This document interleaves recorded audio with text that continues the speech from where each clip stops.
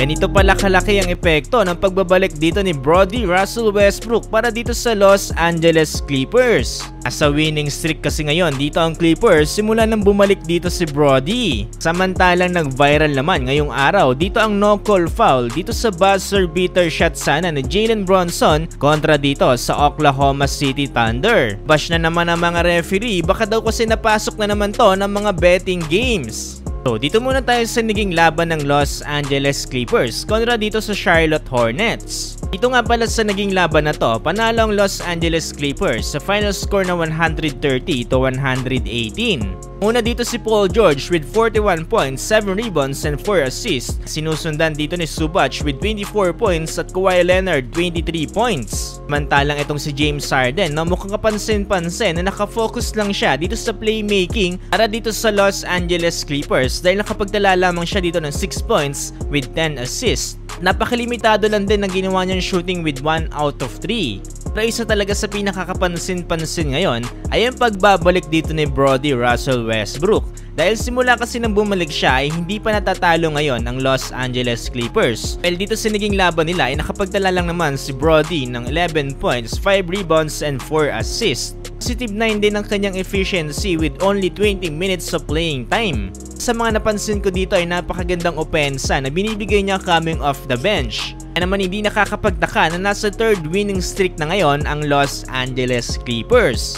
Abangan natin kung magpapatuloy pa nga ba ang winning streak dito ng Clippers sa magiging laban nila kontra sa Sacramento Kings sa April 3. So dito naman tayo sa pinaka-pinag-usapan ngayong araw. Ito nga yung game-winning shot sana ni Jalen Brunson dito para sa New York Knicks. Tapos kasing hindi tawagan ito ng foul dito ng officials. Well, bago kasi ang lahat ng yan, dito sa 4th quarter, under 30 seconds remaining dito sa game clock, ay tumawag ng full timeout dito ang New York Knicks. Angat pala ng 2 points dito ang OKC 111-109.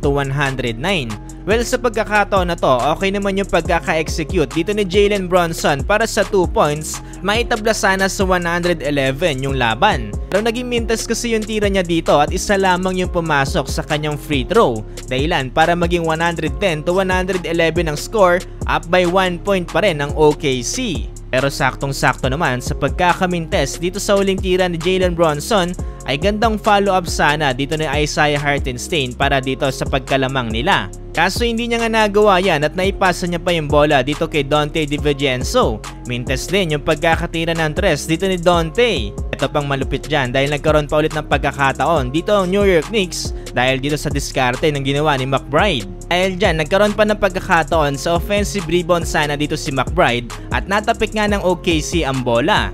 So dito na tayo sa last 10 seconds ng laban, inbound para dito sa New York Knicks. Ang ganda ng pagkakadrive dito ni Jalen Brunson sa ilalim para sa end one play sana kontra dito kay Chet Holmgren at dito nga kay Dort. Pero walang tinawag dyan na foul ang referee.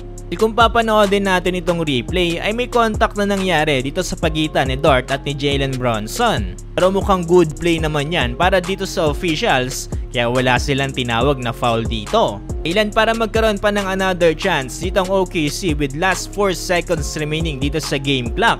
Yan nga mismo ang nangyari dahil ang ganda ng pagkaka-inbound dito ng OKC Thunder para sa game-winning shot dito ni Shai Gilgeous-Alexander. How much yung tinao nila dito kay Shai Gilgeous-Alexander na si McBride? Gusto lang kasi itong si McBride compare sa 6'6 na si SGA.